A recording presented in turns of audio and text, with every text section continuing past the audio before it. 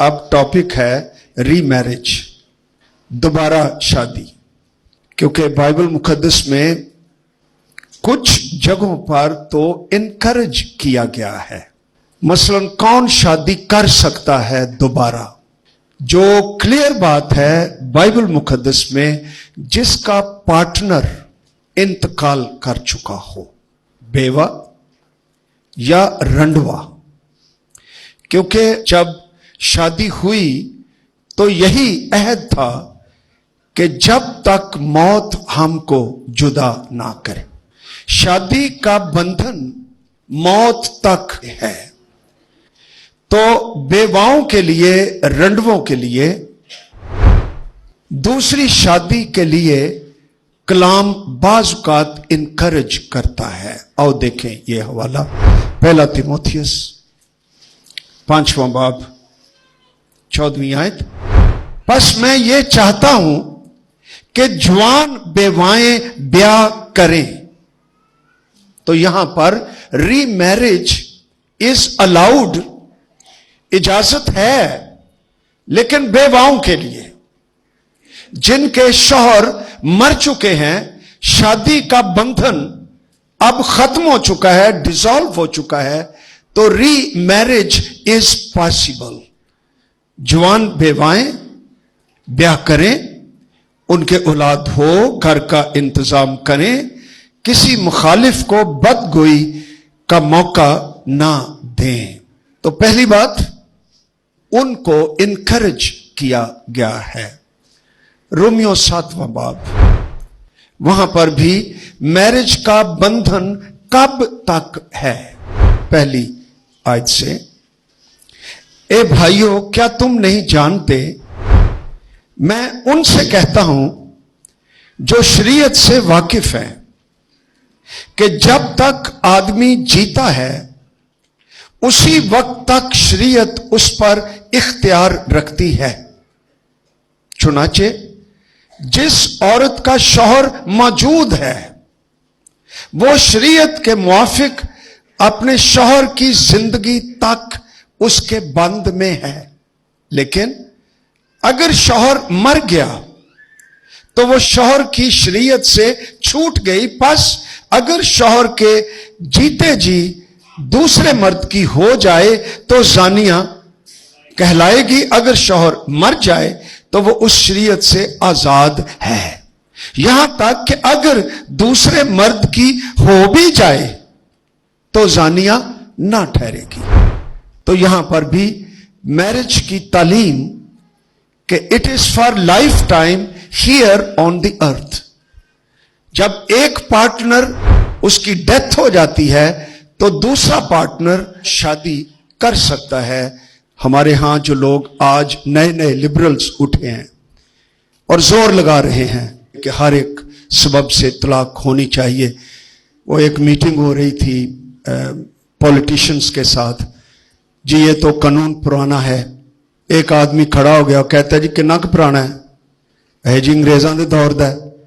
कहने कि कलाम तो इहदे नालों भी पुराना है, कलाम तो ये कहता है। तो क्या हम हर जनरेशन में अपने आप को एडजस्ट करेंगे और कलाम से फिरते रहेंगे? हां, हमने बात की कि खुदावंद मैरिज को सपोर्ट करता है, मोहब्बत को, मुआफी को, रिफाकत को। कुछ सवाल हैं हमारे पास। तो किसी भाई ने ना वो सवाल हमें सेंड कर दे, उस वेले एडी की पर्ची थे, कहते ने जनाब झगड़ालू बीवी से खुदावंद अलग होने का हुक्म देता है।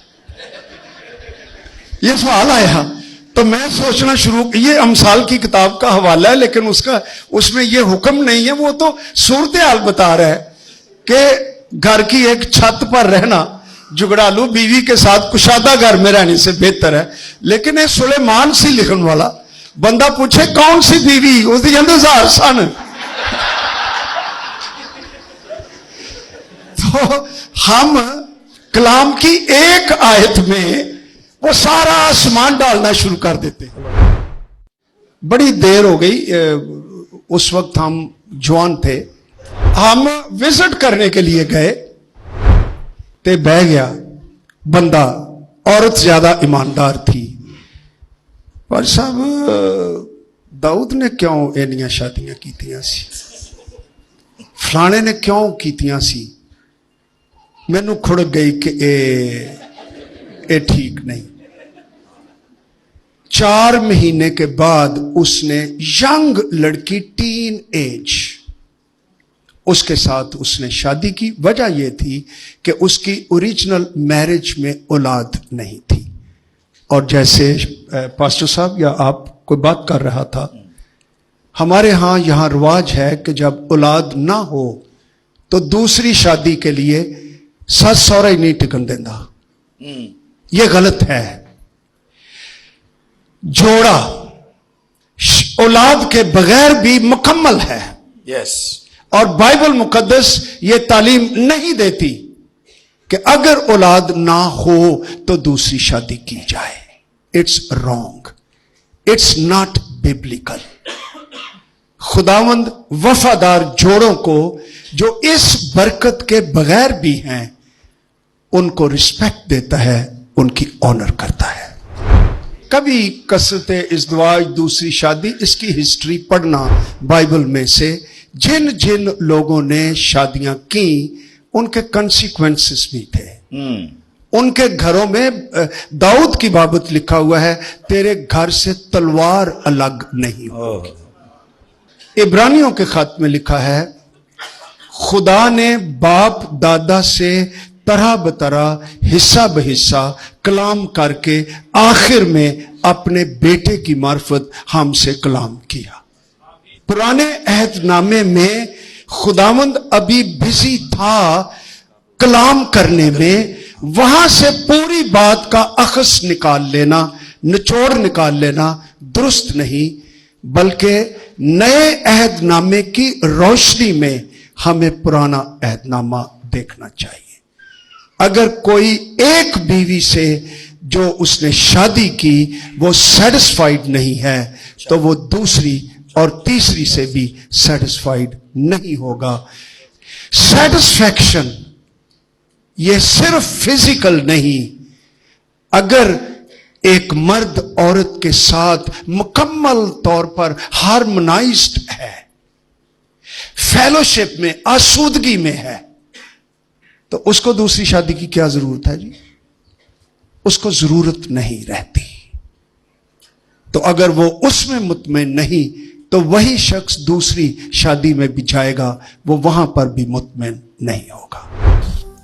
क्रिश्चियन मैरिज एक अहद का नाम है। It's a serious thing. Ahad के लिए जो लफ्ज है इब्रानी जुबान में बरित, इन ग्रीक डियाथीके, इसका मतलब है अहद काटना, टू कट। अहद का मतलब अमूमन यही होता था, कोई जानवर काटा जाता था। जैसे खुदावंद ने अब्राहम से अहद बांधा और उसे कहा एक बछिया ले, एक बर्रा ले, एक कुमरी ले, उसको काट, उसको आमने सामने रख दे। और अमूमन ऐसा होता था कि दोनों पार्टियां जो अहद करती थी वो दरमियान में कटे हुए जानवरों के वो चलती थी और अहद बांधती थी कि मैं कट जाऊंगा लेकिन तेरे साथ रहूंगा, तुझे नहीं छोड़ूंगा। मेरे वसाइल, मेरी ताकत, मेरा वक्त, मेरी एनर्जी, मेरा फ्यूचर, मेरा माजी, मेरा हाल, मेरा सब कुछ तेरे लिए है, तेरी ताकत हूं मैं। और दूसरा शख्स भी यही कहता कि मैं तेरी ताकत हूं। ये मैरिज है, क्रिश्चियन मैरिज इन जीसस, कि वो दो साथी हैं जिन्होंने अहद कर रखा है कि वो एक दूसरे के कंपेनियन बनकर एक दूसरे के साथ रहेंगे। खुद कट जाएंगे लेकिन दूसरे शख्स को कटने और तन्हाई का शिकार नहीं होने देंगे। हालेलुया।